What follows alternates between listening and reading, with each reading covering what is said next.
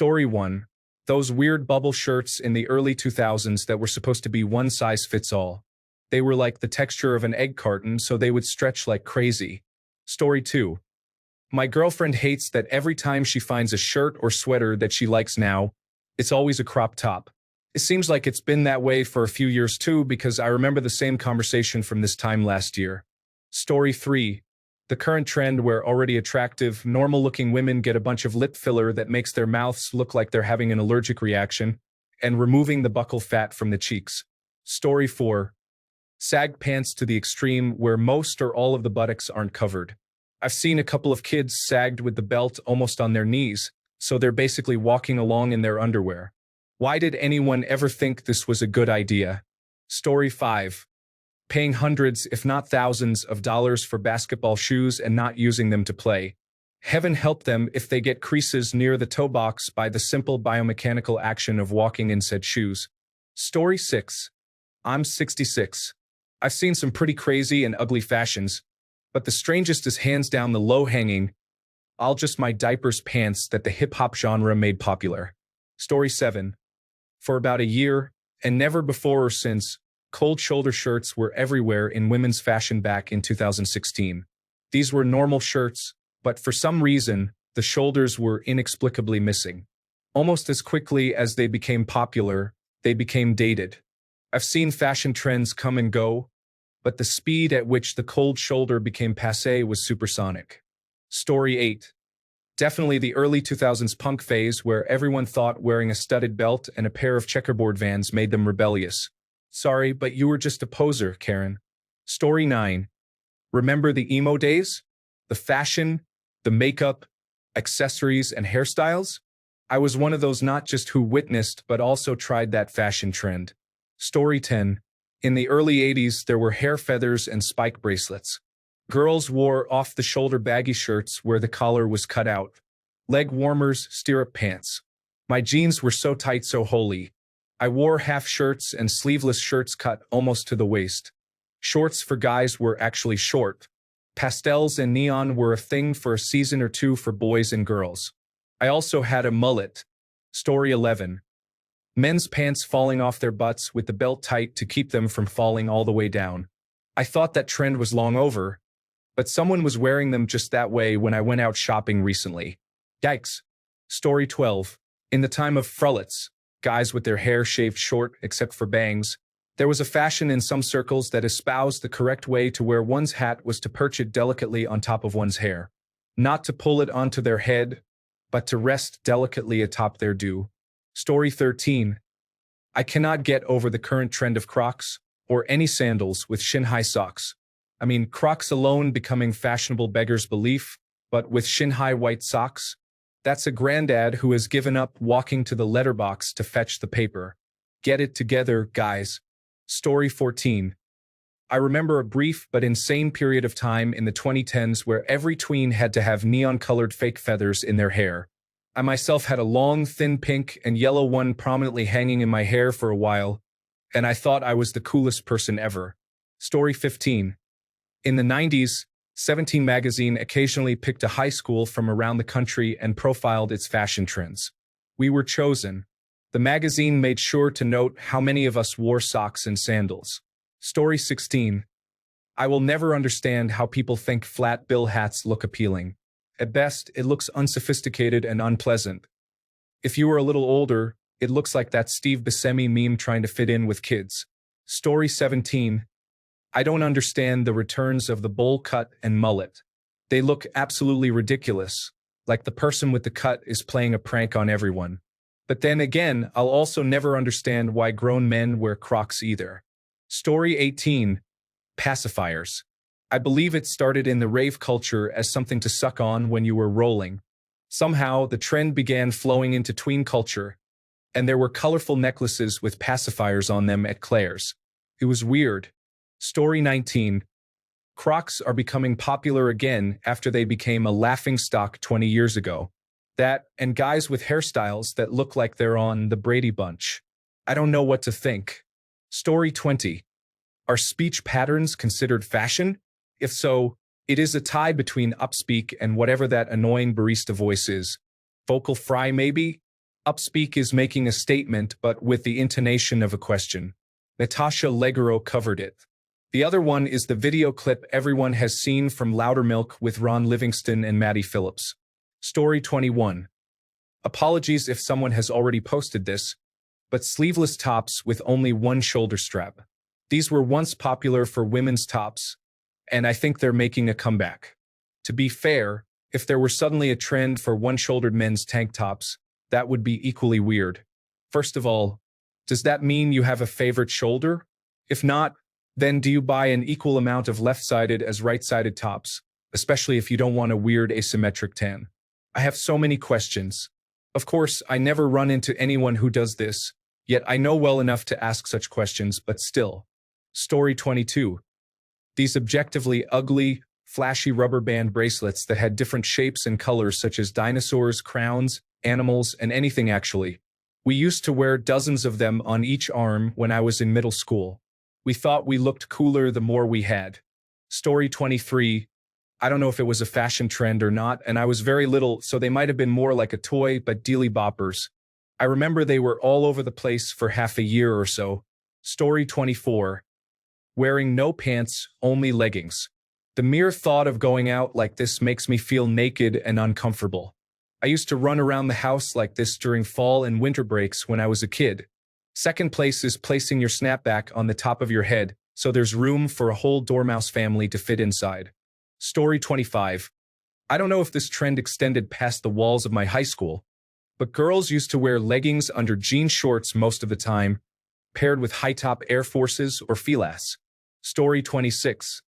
In the early 90s, part of urban hip-hop culture was not removing price tags from clothing. In theory, it signified that you had so much money you always had new clothes to wear.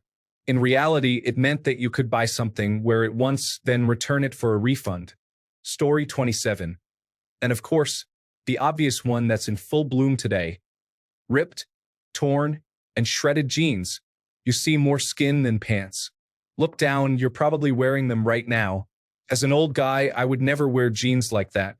We had iron-on patches to cover up the worn parts, which I hated too, by the way. Story 28. In the early 2000s, you had these tops that would be tight on the chest but would balloon out over your stomach. Everyone looked pregnant for a hot minute. And no, it wasn't one of those styles where only certain people looked good in it, like low-rise pants. Literally, everybody looked like an idiot. Story 29. Septum piercings. Having something hanging out of your nose is too close to something gross.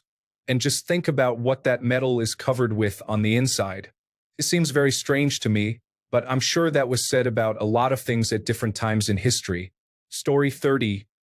Booty shorts with the buttocks hanging out. One of our football teams is the Gamecocks. People wear shirts that say "Go Cocks" on them. Fake pockets on women's clothing. And any high heel that is painful to wear. Heels do not have to be painful, ladies. I have a pair of Corks Menzies, and I can legitimately run in those wedges. Yes, they are dressy. Perfect for interviews, church, nights on the town, and funerals. I got mine in the color nude so it matches all my outfits. Story 31. 1960s jumpsuits and 1970s gaucho pants outfits. In today's world, I struggle to comprehend the fascination with unkempt beards and buns on men. I'm okay with a long-haired man pulling his hair back into what used to be called a man bun. Now, men put their hair up into a complete bun thinking it is sexy. It is not. Story 32. Low-rise hip huggers are going out of style. The early 2000s were sexy. I can't stand the high-waisted, acid-washed, oversized, distressed fabric jeans women wear now. So unflattering. Story 33. Zubas. They were oddly hideous and also not remotely comfortable. Nothing about them made sense, and I think they had their brief time of popularity just because they were so strange. Story 34. In the early 2000s, at least where I went to high school, there was a huge trend of girls wearing bigger t-shirts, pulling them back at the bottom, tying it off with a hair tie, then tucking the tail under their shirt. Why? I don't know. Story 35. Unpopular opinion. Crocs. They're the ugliest shoes ever and I don't care how comfortable they are. The fact that it seems 50% of the population owns a pair is incomprehensible. Story 36. The long comb-over alternative hairstyle that was big in 2007 rarely looked good on anyone. Lip piercings on men and eyebrow piercings were also trends, as were oversized white t-shirts with neon slogans. I think MIA popularized this look. Basically, whatever was cool in 2006 to 2007. After that, everyone got more hipster-styled, incorporating beards, man buns, vests, and a darker color palette. That was the early 2000s' last weird little gasp. Story 37. For a time in the 1990s, there was a hairstyle trend where the hair was parted lower than usual and was then swept across the forehead. It must have been kept in place by some kind of gel or cream. It looked exactly like the person had super greasy hair but got up too late to shower. It was absolutely hideous. Story 38. Boys wearing clothes backwards to the extent that even the Looney Tunes released a line of clothing depicting Bugs Bunny and the Tasmanian Devil wearing their shirts and pants backwards. Jeans on backwards, hanging below their waist, wallet chain going to nothing, baseball jersey on backwards, numbers on the front, buttons up their backs. The jersey is tight around their Adam's apple. Ridiculous. Story 39. 90s men's boxy suits got to such an extreme that they just ended up making you look like you were 12 years old and wearing your dad's suit. I mean, I'm no fan of the inverse of this either, the trend to make suits super skin tight. Just make them the right size, not too small and not too big. Story 40. In the early 2000s, when all of us girls had a weird stretchy piece of fabric around our waist like a belt, except it did nothing. We did normally have a range of colors though, so there's that. Story 41. The current trend for nude or brown unitards is quite peculiar. They essentially resemble shapewear but without any clothes over the top. This fashion choice is quite bizarre. It raises the question, who would go into a shop, browse through all the different clothes, and decide that this is what they want to wear? It can be quite disturbing when driving along and, from a distance, it appears as if there is a naked lady at the side of the road. Story 42. Low-cut pants on preteens. Low enough for the little hairs I just started to grow to show. I did not buy any pants at that period of time because of that. Story 43. The strangest fashion trend is still trending. High-heeled shoes. When used as designed, they are painful and restrict mobility, yet contribute nothing functionally. Story 44. I remember a local trend 20 years ago where it wasn't considered cool for high school kids to zip up their winter jackets. I would drive by the bus stop at 7 a.m. It was minus 15 degrees Celsius outside, and there would be 10 kids waiting for the bus, obviously freezing but not uncool enough to zip up their jackets or wear hats and gloves. Story 45. Those colorful, non-functioning belts with puffballs at the ends were sold at the store in the mall. That store also sold rugs, jackets, and other goods made in Mexico. Story 46. The current trend of women essentially wearing lingerie outside to clubs. I am always seeing an influencer or some other woman on social media wearing essentially nothing with a pair of pants or a see-through dress, and I am just confused as to when it became fashionable to do that. Story 47. In the early 2000s, in China, there was a peculiar fashion known as sha mate. Sadly, I do not know the translation, which involved both men and women leaving their hair very long, covering their eyes, and wearing large leopard print glasses. They also made mobile phone shells look very exquisite. Story 48. The leisure suit. First, the idea that you still need to wear a suit while you're lounging around or going out on the town. The second, the sheer ugliness of wide collars, large buttons, weird colors, and matching flared pants. I had one in maroon, another in powder blue. Story 49. Back in the early 90s, some people wore cross-colored jeans backwards. I think it was a trend started by Criss Cross. I like to tell them their fly was down and see how they responded. Story 50. I don't know if it's trendy, but I just got back from Turkey with my full Giga Chad rework. Look is creepy and weird, and I really don't understand how anyone looks at it and goes, yeah, that's the ticket.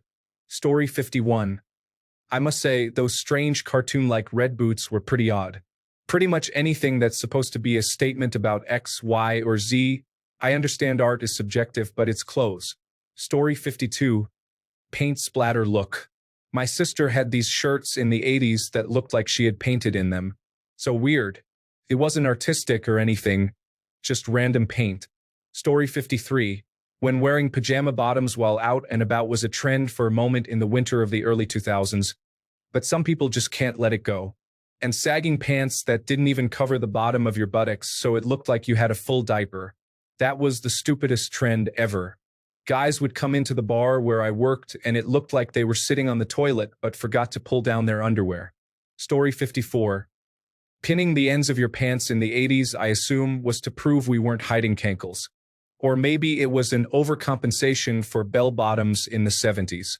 Story 55. Saga pants hanging down below your buttocks so I can see your underwear. Literally cannot even walk without using one hand to keep your pants from falling down. Story 56. I don't know if it was just the area I lived in, but around 1998 to 1999, kids were cutting slits on the sides of the bottom hems. It made it look like impromptu bell bottoms. Story 57. I remember sometime in the early to mid-90s, all the girls in Chinatown were cutting sleeves off of shirts or sweaters or something. I can't really remember. Anyway, they were using the sleeves like leg warmers. They used glue to secure it. It looked cute. Story 58. Remember the trend of wearing ties with t-shirts and as belts during the skater boy era around 2001 to 2002? That was quite silly. Mustaches were everywhere. For me, the concern is this trend of face filler, buccal fat removal, and Brazilian butt lifts. Their faces appear puffy and swollen. And let's not even start on the duck lips that are highly unappealing. It's unfortunate how many fashion trends focus on women's appearances.